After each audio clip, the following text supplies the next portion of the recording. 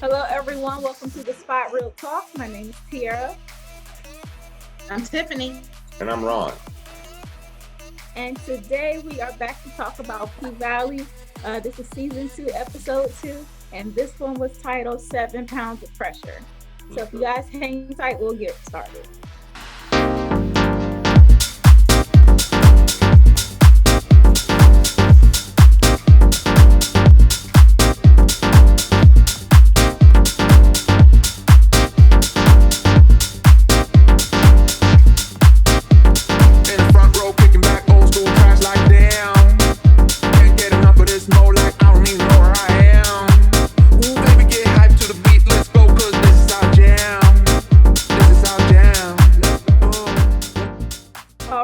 Everybody, we are back to talk about P-Valley. This episode, is picking up with some of the tension that we can sense amongst all of the cast members down there at the Pynk. And I think we said this last week on the opening for the premiere of the episode, but we could tell that with all that's going on, with the new ownership being in the hands of Autumn. Yeah, Autumn. It's kind of like creating a lot of tension. And I think Uncle Clifford even called her out on it, directly this week, saying, you might be the owner, but you ain't the boss. And so we kind of see that the scene opens up the episode where they're auditioning new girls to come in for the Pynk. And it seemed like Mercedes may have come around because, last week she was very against bringing new girls in. I don't think she had a choice. Yeah, I don't think she did. I mean, she's not the boss. No, in fact, she didn't seem like she enjoyed what she was doing. She just realized she had to come in line, standing. She had to come to terms because she's not the boss. Fall in line. Yeah, but it did seem like she maybe Autumn kind of met her in the middle on that one. I'm saying like she can get a piece of the door, right. Because of course her shoulder is injured. And to jump ahead a little bit, we've seen that like they picked out the girls. They auditioned Gail Bean. We've seen her come in. I'm glad she's a part of the show. We also see Miracle Watts, and so she's the big bone, and she's kind of like the girl that has the look but not the skill. Right. She's gonna be at the bar. Right. Twerking and popping. At the bar, yeah. Yeah. And so, you can tell that her presence is stirring things up. And so I'm wondering, with the new girls that they brought in, Mercedes did have to train them and like bring them up to speed. But once they did go on live on stage that night at the grand reopening, it seemed like Mercedes was a little bit jealous. She was jealous of the audition. They were stealing her shine. I was gonna say, if we could go back just a minute, when they were auditioning, and when she saw those two girls, Whisper and Roulette, Gail Bean and the other character, they were doing their thing. She was already envisioning in her mind what that night was going to look like, what they want to do their thing. And I think she could see her own light dimming and her being eclipsed by these two young dancers. Yeah, well, it's still weird to me though, because it seemed like she always had that exit plan and she wanted to get out of the club. But I guess once that love is there, that love for dancing, it's like, you may want to move on and do other things, but I guess that love for the art is still there, as we see reflected with Autumn too. Like she even misses the pole.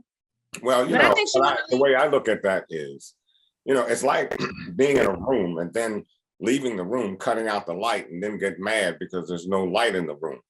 Look, you were leaving, and if you really are true about the art, you want the show to go on and be represented in the same manner or better than you left it. So it's a little crazy to me why she's feeling the way she feels. You're either going to stay and get the job done, or you're going to leave and make sure that it's better than where you left it. But you can't have it both ways. Either go or stay, but you can't have it both ways. And she, to me, is trying to have it both ways.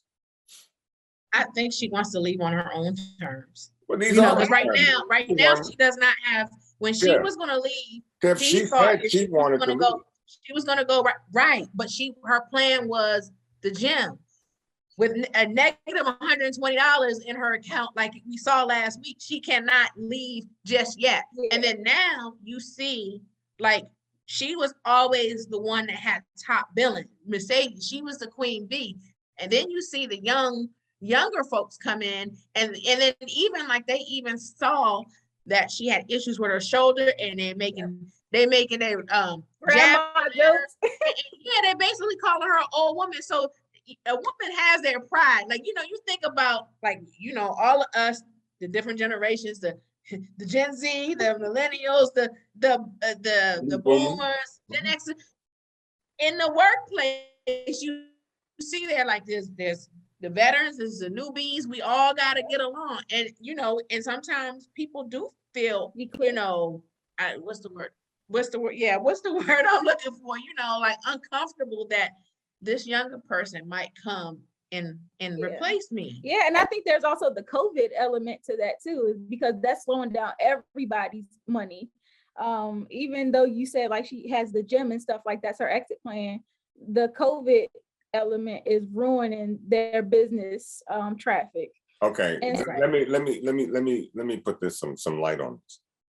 Now, you had Autumn staying at your place.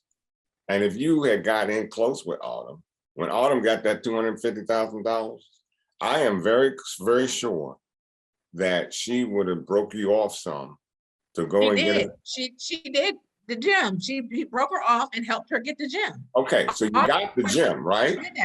So you got the gym, right? Leave. Right. That was your choice. But the kids aren't coming. The kids aren't coming. That's marketing. That's marketing. That's marketing. They're not going to come if you still at the P doing. Didn't you see the first episode? The parents wouldn't let the children come. Like, so some of the parents said they couldn't afford it. Some of the kids' parents said, "No, we ain't ready to send the kids back because we still are in a pandemic." So that is affecting her bottom line. We do know that you can dance with a mask on. So it's like, I'm just saying, there's ways. But the kids can't come if their parents say. Get some other kids. Get some other kids. Look, there are plenty of people out there that want to do something. Get some other kids. I don't know. But I'm just saying. I mean, think about it too, because if we think about the pandemic and how it hit areas that were less fortunate areas, like if they didn't have the money before the pandemic, then they got hit especially hard during. And so it was like everything was tight. And you see, even in the marketing on TV, we seen Patrice on there talking about where the blessings reside.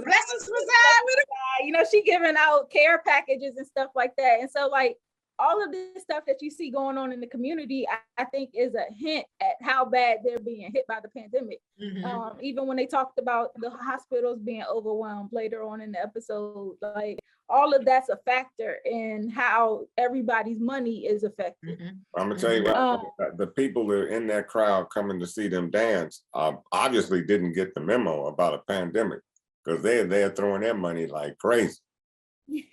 Well, and those are parents, and those are parents. They're not babies up in there. Those are parents.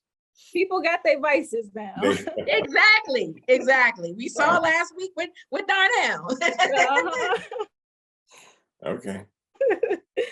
But you could kind of feel the tension mounting again after that, of course, because Autumn, she had pushed up the reopening night and they felt like the place wasn't ready. And you could also see that Uncle Clifford had some feelings about it being his birthday. I'm not sure what has gone on or past birthdays or whatever has happened beforehand that makes him feel negatively about that time of the year. But you could tell it wasn't something he was excited about. Well, I think he said something about I'm turning 40 and I'm living with my grandmother. Well, yeah, I think it's like that. I feel like I haven't accomplished anything. Yeah. But I feel like you have a successful club. Like, you're well known in your area.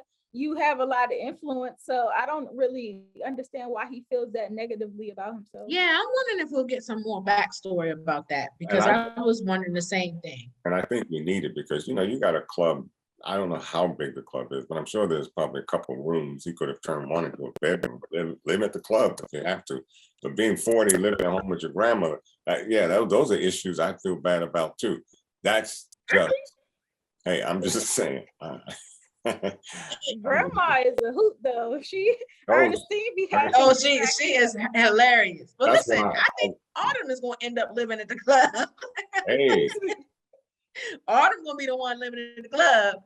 Well, you know, Autumn kind of like really rubbed me the wrong way this week, because I thought maybe she had really changed her ways, because you can see like she had a little cunning side to her last season, and I thought maybe she had gotten past that, but it's kind of like crept back in, because when she was talking with Andre, you could see that she was Andre had come to the club previously in the episode to he was there with Corbin, and he was trying to offer them a chance again, like, you sure you don't want to take this money?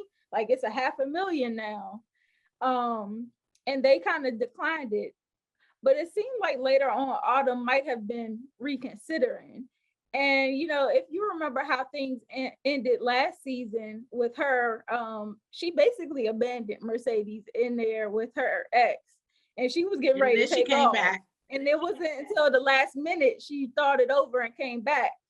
And I was kind of thinking about that too in this situation with Andre, because it seems like she might be reconsidering taking off again, because she said some things to him that made me like, she was kind of like, I stay ready. You know, the first woman that took me in told me to never put my clothes in my closet, because I need to stay ready to go. So I was like, this don't sound good for the Pynk or anybody else. No, it sounds like she will sell that joint from right up under them. Because at the end of the day, like, I think she's a smart businesswoman and everything, but I think she's selfish. And that guy, what's his name, Montavious? Is that his name, the one that died? He said it. And Mercedes said she kept having dreams about him telling her that night, like, Mercedes will roll out on you. Like, she will abandon you. He said that to her. And I think she's, I mean, Autumn, sorry, Haley would run out on you. And I think that she is I think she's selfish. I think at the end of the day, like, I think she does have a good heart, you know. I said, but that other side of her, the selfish side, I think if she has a chance, if they do come up with 10 million, the Pynk is as good as gone. I do not blame Mercedes for putting her out, because it's kind of like you can sense it, that there was like the tension there, but and we didn't get to actually see what went down in that room last season, but we know now we're starting to get a little bit more details. And Mercedes this week, after she fell off of the pole, which that scene was beautifully shot. Like, that was like one of the most like, I guess it captured all the elements, all the emotion that you would feel in that moment, because it went from like excitement and like just live turned up to like, oh my God, scared for my life type situation. So they did a really good job shooting that scene. But in terms of her falling and then dislocating her shoulder, that, you know, I was just thinking about all that she had sacrificed for Autumn, you know, because it was revealed that the reason why she feels this weight on her shoulder, the 7 pounds of pressure, is because that she had to shoot Montavious last season. Right. And you know, it's kind of I don't know. I really understand where Mercedes is coming from in terms of not really holding on to Autumn as a close friend, because she's proven like so many times that she's incredibly selfish. She is. Yeah. She's a self-made woman in a sense. And I mean, when you look at the fact that she was once a professional woman, had a professional career. It was stricken down for whatever reason. I'd love to know more about her backstory. She was able to pick herself up in a uncustomary way by, becoming a part of a strip club, and then, or rather, the likes of one at least. And, and then she was able to obtain some money, and she did what I think she did what most people would not have done. She did bail out P Valley by buying it. I mean, she did, because she could have taken, that was Montavious money. Exactly. And once he was dead, she could have taken that money and bounced. But you got somebody else taking care of, like, your presence there is why he came, and he was literally threatening her life.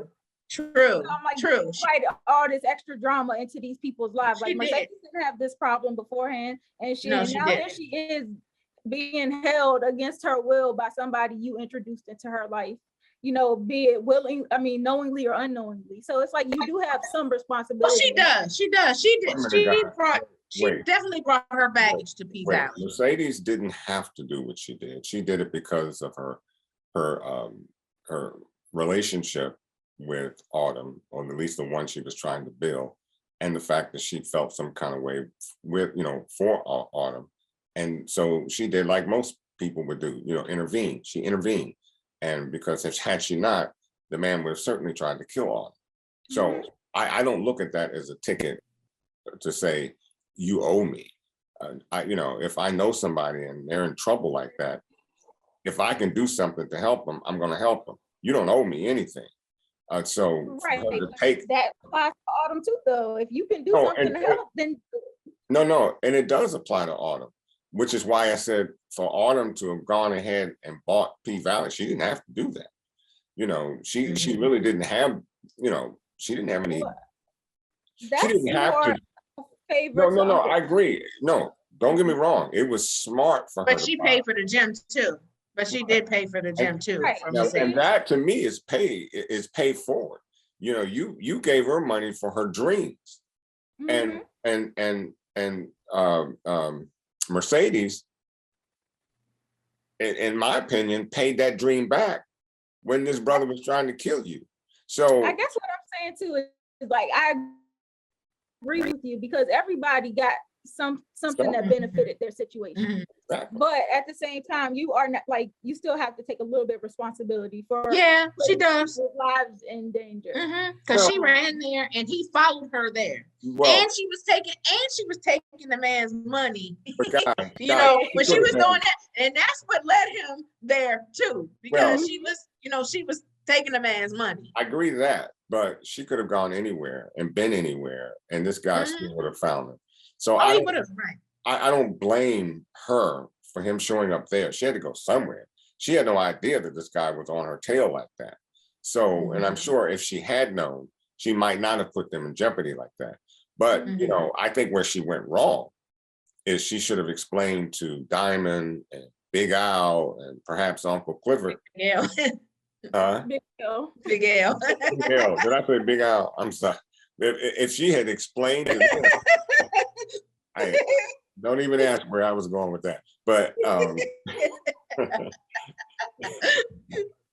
but I think if she had explained to them what was going on with her, they might have been able to tackle that issue long before it got blown up like that. Because dude needed to go anyway. I mean, look, but it's hard when you in an area, you don't know who you could trust with certain information. So I get her keeping that close to the vest.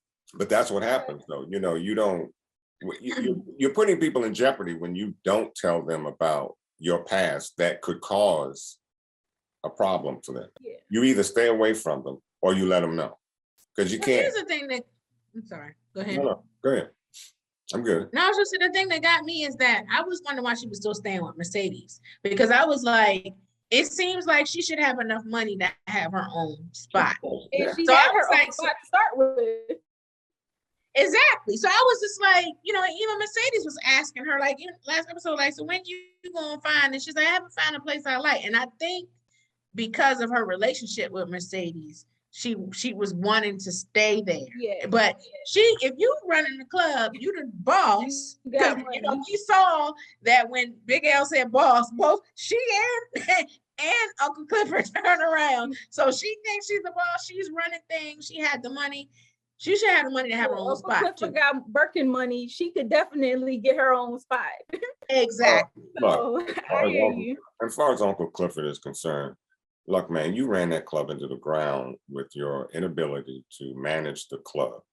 And girlfriend comes up and pays for it. As far as I'm concerned, she's the boss, number one and number two. And you need to fall back. Because if it hadn't been for her, you wouldn't be in there in the first place. So I know, right, but she don't know the ropes though. Well, you know what? That's what Uncle Clifford didn't know the ropes. So Uncle Clifford, you are now a staff member. You just do what you're supposed to do, and maybe at some point, you can get to a point where you can buy it back. But that's a fact. I have no love for somebody that's going to run something like that into the ground. Because you had a business, you had a viable business, you had a business that was making you some money, and it could have made you more if you were smart. But you running around doing what you do, hey, look, I got no love for that. You lost it. Step back, do the right thing. He got a predatory loan. Yeah. And he's a predator himself. So you know what? Look, I'm sorry. Step back. Let that girl do her thing. It's no longer your club, bro. It's no longer your club. No, they're partners. No, they're partners. She did give him by 50%. The grace of Autumn or Haley, by the grace of her Haley, by the grace of Haley, she allowed you to be up. So except you lost the club. The club was yes, 50% ownership. Yeah, they are partners, and so he does have some say so, and I think that they're gonna have to work that out because that's gonna keep coming up this season. So I didn't want to harp on that too long because we got a lot of extra stuff to cover. Yes. So after Mercedes has this accident, they call in Diamond because of course they mentioned that the hospitals are overwhelmed by COVID patients and whatnot. So Diamond, we're learning more about him as well. He was in the Army and he apparently has some experience healing people. So I was kind of like taken aback by this because I was like, this is a wrench in the story that I was not expecting. Him using his I was like, he a shaman. That's what I thought. I was like, okay. Yeah, I was like, oh, I was not really feeling that part of the story. It just seemed like, I know in the South, that's something in the deep South, that is really something that they do. They practice that kind of healing, but I was just like, I wasn't a fan of it. No, I wasn't coming. Yeah, it seemed kind of strange and odd. But nonetheless, he was able to get Mercedes back together, which I'm assuming now her shoulder should be healed. Yeah, I think it's healed now. So now that her shoulder's back, this means that, Whisper and Roulette got some competition for real. Here's what I felt about Diamond and all that juju stuff he was doing. You should have put some of that. You should have put some of that black magic in Derek when he came in there talking this stuff. Yeah. Talk about that. Listen. If anybody needed it, it was him. It was him. You should have sprinkled something on his head and made his head small. Anything. Derek is a trip now. He is very, very controlling.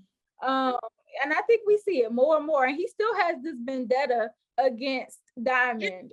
And so, of course, we find out that he is even taking it a step further with his controlling nature. He's enabled the location tracking on Mississippi's phone. So I was like, this guy is next level. Like, he's a serious abuser. Yes, he has got to go. Yeah.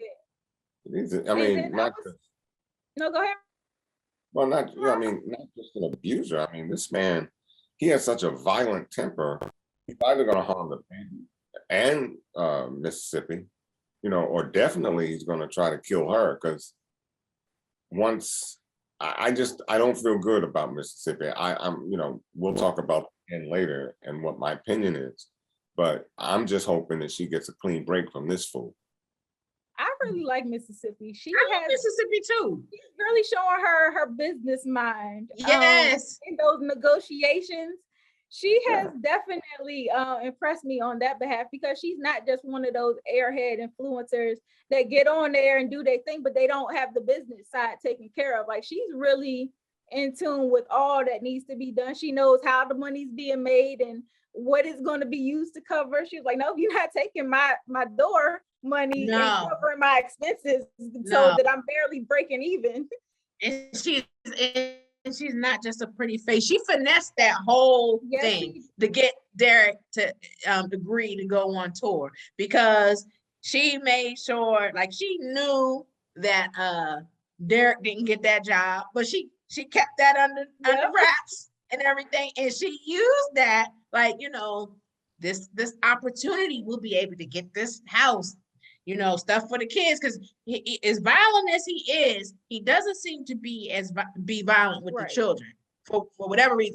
It makes me wonder about that, because I'm like, okay, is it a thing against women, or is it because she's a Black woman? Is he mad because he is in love with a sister? Or is it because she's a dancer and she gets all this attention and he's kind of like territorial? Yeah, it could be all of those things, but he's very gentle with the children. I know. So she was able to. Go ahead. No, I'm going to say, if this is a test, it's all of the above. Just check all of it. I think all of that is the same. And I've yet to see his, even when Mississippi was holding the pretty little baby, and he screamed out there like that, and the baby turned around. I thought that baby was like, baby was shook. Like, heck of a scene.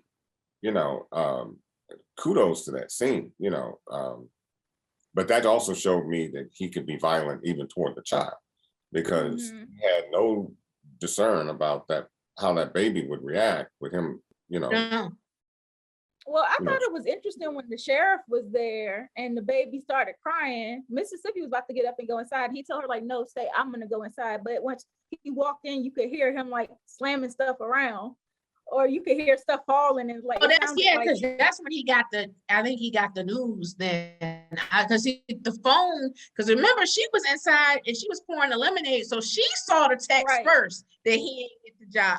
And so when he went in there to check on the baby, I think he was just now seeing the text and realizing that he ain't get the job. But I was thinking, I was like, girl, when he went out there, he left you alone with the cop. What you telling me? Well, I think he was hoping that she could sweet talk, the sheriff into getting him what he wanted. Yeah. But I'm thinking about her own, like, rescue me. Like I was like, I think women you're talking to a cop. Yeah. But I think women who are abused, there's their psychic changes. It's she feels for some reason why she, for some reason, strange reason to all of us, she feels as though she has to stay with him. She feels that she has to try to build a bond when she doesn't realize that it's a ticking bomb. It's a ticking bomb, and someone who is that explosive, it's only a matter of time before that bomb explodes and you and the baby are in danger.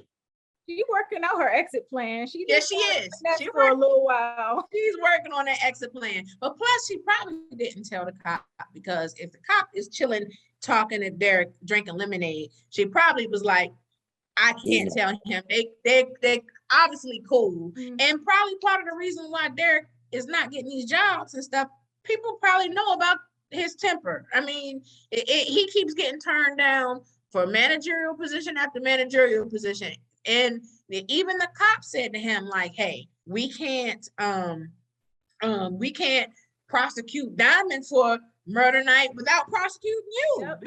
So the thing is, the word around town is Derek, there's a reason why Derek ain't getting these jobs. A reputation. Yeah. Maybe you should stop applying for managerial position. Yeah, well, he's I don't know how that's going to affect him later because now that she's truly glowing up, like she's got brand deals, they getting her all kind of advertising and all of this stuff. Like I still always wonder about like how that is going to affect Derek because he is so controlling and he seems to have an ego. How it's going to affect him that his woman is the breadwinner for the family and he can't hold anything down. Mm-hmm. We've already I seen was that. really surprised he let her go on the tour, but I guess he felt like he had no choice. And yeah, You we've know. already, she was putting it on him while she was telling them at the same time. So, I was about to say that might be the best time to try to convince him. Yes, yeah, that was the best time. she really him. I mean, no matter what she said, he was gonna buy. But you know, Kryptonite.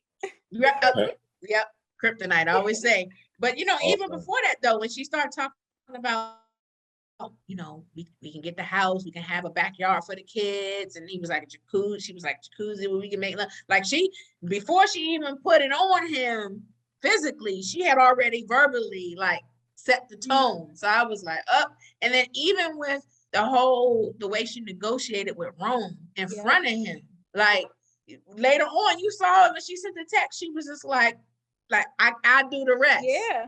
So I was like, she said. She put it down. Because I think Derek was really concerned about her relationship with Murder. I think he felt like Lil Murder might be pushing up on her in some kind of way. And so by letting Rome speak to that situation and say, like, this is our pride and joy of our label. Like, we're going to make sure she's pampered and taken care of. She's going to have her own everything. Yep. Like, Lil Murder, I can't really speak for what his management is doing for him, but she's good. Right. And so I think that was kind of like, why she invited Rome over, and he spoke for everything that Derek was already she manipulated that nicely, and that's what she said. She was like, "I got it from here." Mm-hmm. And you know, of course, Rome after that meeting, he went back, and you know, the fact that they being chauffeured around in this hearse is truly like killing me. I was cracking up. They went and got Lil Teak out of jail in the hearse, and then of course they pull up and have that meeting with Rome in the hearse, and they're discussing the situation, really thinking that the tour is dead because like their bread and butter is based on Mercedes being there. You mean Keyshawn? I mean, Keyshawn, Mississippi. And so the fact that they thought at that time that she was out, kind of like they in their hearse arguing over it and trying to figure out what to do with to get her back in on the deal. And of course they play this killer game, which I was like, I've never seen this game where somebody wink at you and you got 30 minutes to play dead. I mean, 30 seconds. You know what? I'm worried about T. I hope that, you know, because when he came out of prison, you know, Lil Murder was happy to see him, but he also looked like, uh-oh. And so I'm like, is it because, I mean, dude was in there, like they want him to be security for a reason. So clearly he's about that life. So I'm like, is he somebody that's going to be getting into stuff like trouble follows him? Like, is that why Murder had that look? Like, you know, I was thinking about The Shy. Remember when, you know, what's his name came out of prison and Trigg was like, you know, I'm like, is he going to be trouble for them? Or I'm like, does Teak also know Murder's secret? I don't think too many people know his secret for real because he seems to still be battling with it himself. Like he don't seem like he has really like fully let it set in. No. And so, you know, he went and talked to Uncle Clifford and Ernestine answered the door. But I think he could sense that Clifford was listening in. Oh, he saw him in the mirror. And so, when he was at the door, he saw him in the mirror. That's why he spoke directly to him. Yeah. And even after he finished, he tapped the door before he left. Mm-hmm. So I was like, he knows that Clifford was there. He spoke his heart. He knew he was there listening. But see, my thing with that is he wasn't ready to be out. And that was last season in a small scenario where it's a small group of them and he wasn't even ready to acknowledge it. So now with you blowing up and becoming a big rap artist and get ready to go on tour, that's going to mean way more exposure. And so if you have not confronted your demons or whatever you feel about being out, then how are you still coming to Uncle Clifford and making this apology and saying you're ready to, you know, to not be that way when you're about to get way more exposure? Listen, it seems like it's very unsettled right now. No, it's definitely unsettled. And I think, remember last season, the friend that he got into the fight with at the club, that was supposed to have been his boy. He was no longer his boy because Murder whooped his butt. But he said something last season too when he called him a punk, and he was like, I ain't nobody's punk. And he was like, that's not what I heard. So he alluded, the so-called friend alluded to it, and that's why Murder went off. And last episode, he was in that back seat. So now he's an op. Yeah. He's an op and he's a hater. So I'm like, is he gonna, Yeah, it won't be he's long. He's gonna drop the bomb on Little Murder, or he gonna try to hurt him physically. Yeah, too. I don't think that Little Murder secret is gonna be a secret for too much longer. Oh, it ain't. As soon as he blow up, it's gonna be. I heard his camp too, because the folks that are around him, I don't think they're going to take too kindly to Murder, so Little Murder's secret. Mm-hmm. So if it hurts his camp, it's really going to hurt him, because he doesn't have any kind of compass as to how to market and present himself. Hopefully he's learning, but right now he has to depend on his camp. He's got to depend on Mississippi. And I think his mindset, he's going to, and I guess I'm making an early prediction, he's going to, do the same to Mississippi as he done before. He's going to stiff her, because that's just his MO. I don't know. I mean, it's going to be interesting to see how this tour goes. So I'm looking forward to seeing what they got in the tuck for that. But we see, Clifford got his groove back this week. Yeah, he did. He and Grandma had been talking about how they both been experiencing a little bit of a drought. So they have this surprise birthday party for him, which Grandma had set up. And I was wondering why people were like peeking in the windows with the screen masks on, and I'm like, what is going on here? Like, what part of the story is this? But he gets jacked up, and it was crazy to me that he started like confessing all of his things that he had done as they were like kidnapping him. And he talked about sleeping with somebody from the somebody, I forgot who he said, but he had slept with some other guy. And then he also had mentioned, like, please forgive me for chopping up that body and putting it in the river. And I was like, are we really saying this out loud? And then it seemed like once he realized that it was all a joke to get him to the birthday party, he was standing amongst friends and they were like, did you really sleep with such and such? And I'm like, did y'all not just hear him say he chopped up a body? Right. Yeah. Well, did y'all recognize a few other people, like, speaking of the preacher, when the blessings reside, the guy that does where the money resides. Yeah, he was in it. And also Jessica Betts, Niecy Nash's wife, was part of the crew that kidnapped Uncle Clifford too. Yeah, I appreciated them including Darrell though, because like sometimes we see where they start borrowing popular things from social media and they don't credit the creator. So I was glad they included Run him his stack. Where the money reside. I also enjoyed the costumes that they wore when they actually kidnapped Uncle Clifford. Those costumes. I think it was from I Know What You. Scream. Scream. Yeah. So that was cute. I like that. But I mean, it was good. This season 2 seems to be moving right along. Wonder where it's going to end. Andre running for mayor. I'm telling you, I told y'all last week he's a Barack Jr. Words right out my mouth. You know what? I don't think so. You know why?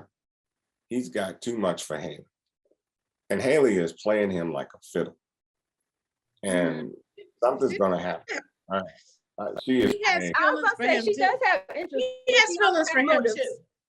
She may, She has and actually that's even worse, because if he has aspirations of running for office and everything, he's got a nice wife, do your thing. But I like you said, Autumn is extremely selfish. So whatever feelings she has for him, it'll just take a minute for her to drop him for whatever reason. And I don't know if she really has as much, admiration for him as he does her. I mean, he just looks like he'll go all out to do anything for her now. When that last scene, I looked at a man and was signing his own death certificate. Yeah, I think Autumn has a lot to work through, because I still don't even think she has like dealt with her feelings surrounding her losing her child. Like, she has a lot to work on. I think that is a big factor in how her behavior is and why she feels like, so not necessarily cutthroat, but like self-centered. Like, it's about I guess losing a big piece of you like that, like losing a child, that's enough to make you say, get everything and everyone. So it's kind of like, I kind of see like she probably needs to address that. Yeah, because she's become diabolical. She'll do almost anything now. I agree, 100%. I can't imagine losing a child like that and, having to go on with your life. And so however way she's putting her pieces back together, she needs some psychological help, because she's destroying things as she moves along. And it may not be any fault of hers except the mental, trauma that she's going through, but, with the loss of the child and the way it was done in the first place. Okay. Well, I mean, I'm looking forward to next week to see what else goes down. I really want to know what this tour is going to be like, because I'm excited that they get to tour and they starting to get their shine, but I'm also concerned about their safety. Yeah. So I just want to see how things turn out. Yeah, the previews look like it was like getting out of hand in one of the stops. Yeah. Okay. Yeah. So do you guys have any comments before we close down? The one thing we didn't touch on is that we learned something about Mayor, what's his face? What's his name? Tadell. Yeah, we learned something about him, about he was, paying the water for the street, the whole neighborhood. Yeah, the whole street. So he was a regular old Robin Hood. And then he was the one that told Andre that he could be anything. So, he was a trip, but we saw another side of him. Right, because like with him just saying that was his godfather, it seemed like they had like a kind of love-hate relationship. But now we see just how deep it goes. Like, he really kind of brought Andre up and like gave him the confidence and encouraged him even when other people kind of like his own dad. His own dad was like, well, you can't be that. Right. And so now we kind of understand that it was more like he was more than just a godfather. He really had a very significant role as a father figure. Which is why I think, we saw that video. I think that's setting the stage for him to run. I think he's going to run for office. Yep, me too. Actually, and that's going to cause some problems with the Corbett, with Corbett and the rest of that family. Absolutely. I was sad to see Isaiah Washington, who played that role. I was sad to see him go, because I really like most of anything he's in, and he's just a real cool dude. Yeah, so he's a great actor. Now, in closing, I think for me, that look that Mississippi had on her way out toward going, on tour, told me one thing. It would be interesting if she comes back. It was that look back to me said, I'm out. I'm done. Yeah, I think she's coming back. I think she's gonna get her money, and she's gonna come back right and get her kids. Like, I think that, like Tierra said earlier, the exit plan is in full effect. Yeah, that's what that is. And then she's gonna miss her babies. It's 12 days. But also, I mean, even though we haven't seen Derek be violent with the kids, you gotta worry about a violent dude being left with the kids. Yes. Yeah. Absolutely. And to me, that look on her face just said, it's on. My exit plan is in full motion now. Right. Full effect. Remember, absence makes the heart grow fonder, but too much absence makes the heart wander. So 12 days. Yeah. 12 days might be enough for her to say, to hell with all that. I'm out. Not without her babies. She gonna glow up. I mean, she's already glowing up. She's gonna get her money, and she's gonna take care of her kids. They gotta get Derek out of there. I hope you're right. I just saw that good night look on her face. She's gonna get to the bag. She's gonna get to the bag, and then make it so she can get her kids and get Derek out of there. Yeah, I agree. Okay, well, I enjoyed our conversation today. Please, you guys, thank you for watching, first of all, and make sure you also drop down in the comment section and let us know what you thought about this episode of P-Valley. Give us your thoughts and predictions on the season as well. Make sure you are subscribed to our channel, click the like button and the notification bell so that you get alerted every time we post. We are also on social media on all major platforms at The Spot Real Talk, so be sure to give us a follow there. And in closing, do you guys have anything else you want to say before we close out? No? Okay. Well, I'll just say thank you again, and make sure you're back here next week, same time, same place, for recap of episode 3. Have a good night. Out of touch with my feelings, dressing appearances. Feeling more solid about who the man in the mirror is. I reach for hearts through the speaker box to connect with strangers. Painting the page with the language, but off the mic I barely speak it all. I seldom see a flaw, bitch, I need it all. Shook by the way life is lately. I feel the earth pirouette, I'm dazed like I'm seeing stars. Got them all on the wave, it's more than just words to a page. Just feel like I'm hosting a read-along, and I speak in tongues. No translation, I'm out the bottle, I'm grieving, leaving the beat, needed CPR. I'm disconnected, I feel the pressure, I need acceptance. I'm from the crevice, where all my homies on something special. They subtle flexing, but still they hella selfless.